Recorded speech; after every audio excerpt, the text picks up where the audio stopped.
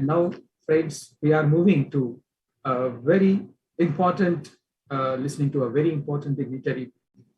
We have got today with us Dr. Anas Amayta Kul. He is chairman of Sharia Advisory Council, Islamic Bank of Thailand, and he is professor, Mahidol University, Thailand. Let me talk about the gigantic, the nature of this man's life and achievement. Dr. Anas Amayta Kul is a retired professor in religions and development and comparative religion at the Department of Humanities, Faculty of Social Sciences, Mahidol University. He used to be the chairman of the Sharia Advisory Council, Islamic Bank of Thailand. Dr. Anas Amayta Kul is an expert in Arabic language and Arabic literature, Islamic law, that is Sharia, Islamic history, Islamic culture, Islam civilization, as well as Eastern and Western civilization. Dr. Anas has research experiences on the Organization of Islamic Cooperation, popularly known as OIC, and the Muslim world, including activities of the OIC Chamber of Commerce. He also has done the research on comparative education between Thailand and Malaysia and the higher educations of the Republic of India. He used to be the head of the Department of General Education and the Dean of Faculty of Arts, St. John's University, before becoming to be a full-time lecturer at Mahidol University. Ladies and gentlemen, please welcome with applause Dr. Anas Amayta Kul from the Professor Mahidol University, Thailand. Over to you, sir. Sir, you are mute, sir. Please unmute yourself.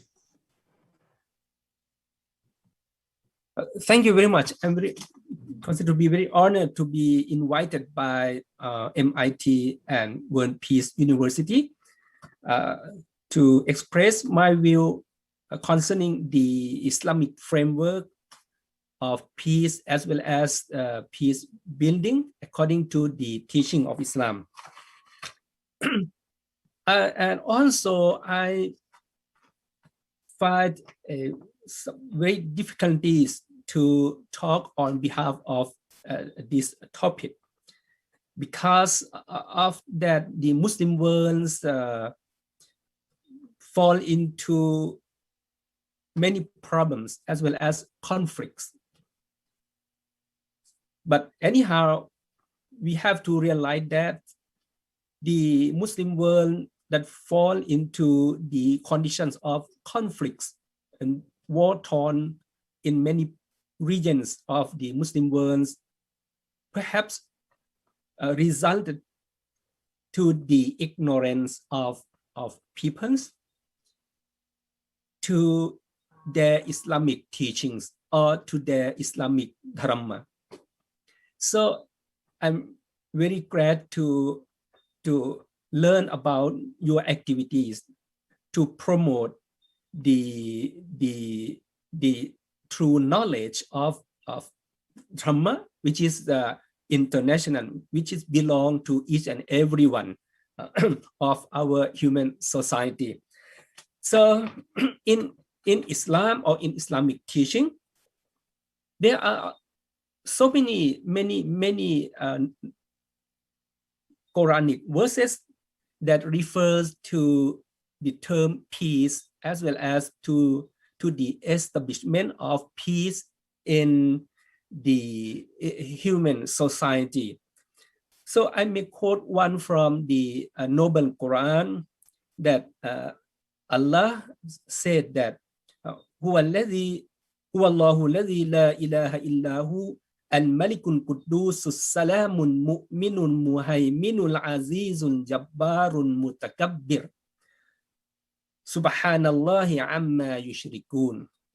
It means that Allah says in his revelation to Prophet Muhammad that he is Allah, the sovereign Lord, the Holy One, the source of peace and perfection, the guardian of faith the preservers of safety, the exalted in might, the irresistible, the supreme glory to Allah, that above what they associate. So here is just one example of the reference to peace according to the teaching of Islam. So peace, whether comes in the term and as appear as the word salam, and salam also one attribute of Allah, one out of 99 attributions of Allah. So salam, or other terminology, salim, or another one, sulh, etc., that comes in the Quran. So that all these terms suggest that peace together with justice. So according to the Islamic Dharma or Islamic teaching, it's not only simply the term peace, but peace must go along together with justice. So this requires the human society to restore two things. One thing is to struggle to establish peace, as well as also to establish and make their best effort to secure justice in their own society. And I think this is very difficult.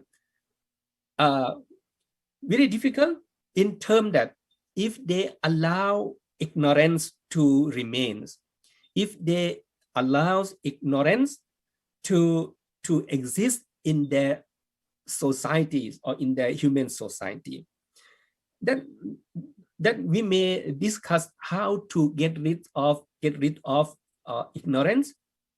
But the best thing and the most simple things is to spread the religious dharma, the religious teachings.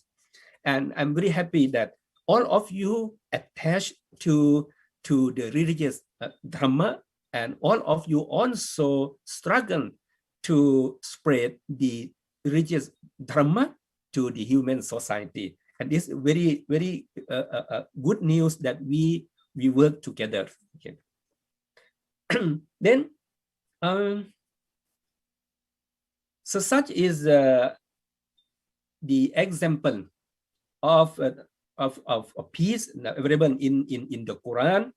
So, as also in another verse of the Noble Quran, that indeed Allah command you to render trust to whom they are due, and when you judge between people, to judge with justice. Excellent is that which Allah instructs you. Indeed, Allah is ever hearing and seeing. So in another verse of the Quran, Allah commands the faithful, the believers, to render trust to whom they are due. So I think this is another source of the cultivations of peace in their own society. So looking to Muslim world, to the Muslim Islamic society in many parts of the world, one great mistake is that the Muslim in some particular areas render trust to whom they are not due to receive such responsibilities. And this, as I mentioned earlier, that we have to spread the dharma.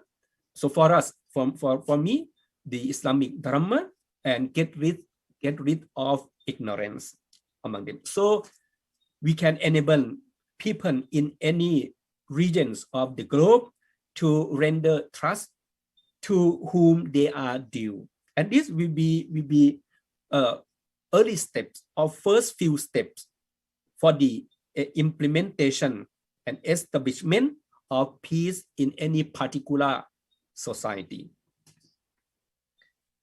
as well as to judge between people with justice. Okay.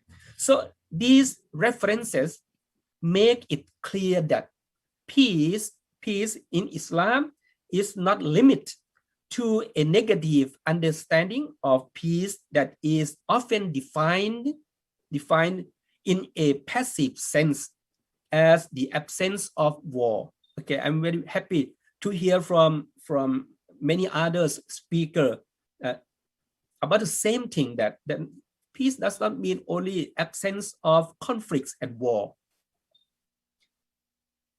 or oppression, or absence of oppressions or tyranny, but it refers to a process.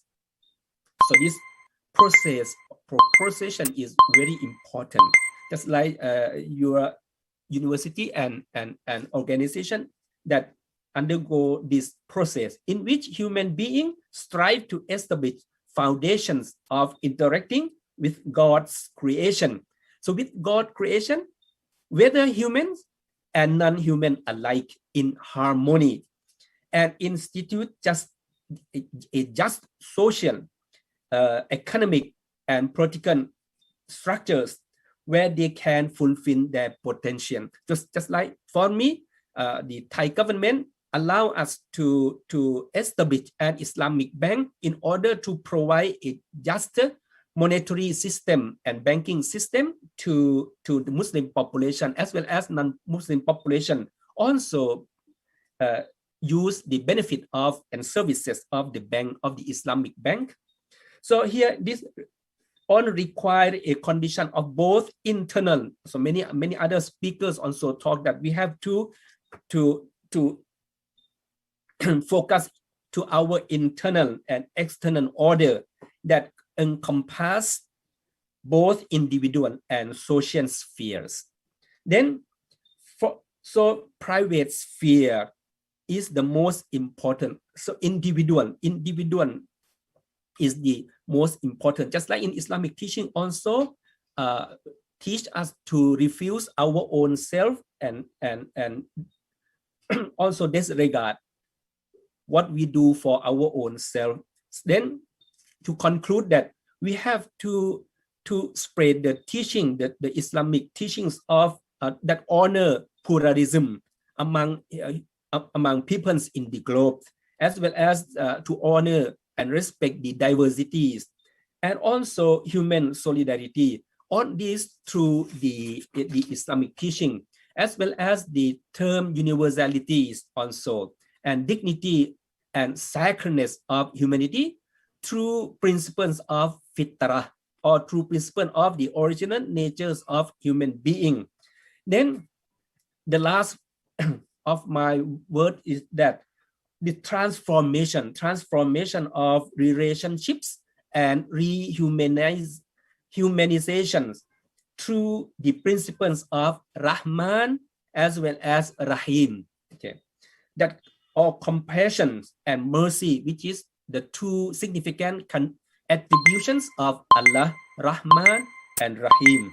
So Rahman and Rahim are invoked by every Muslims before they take any action when they recite Bismillahir Rahmanir Rahim, that we begin in the name of Allah, who is compassionate and merciful, as a reminder that action must be dedicated to God.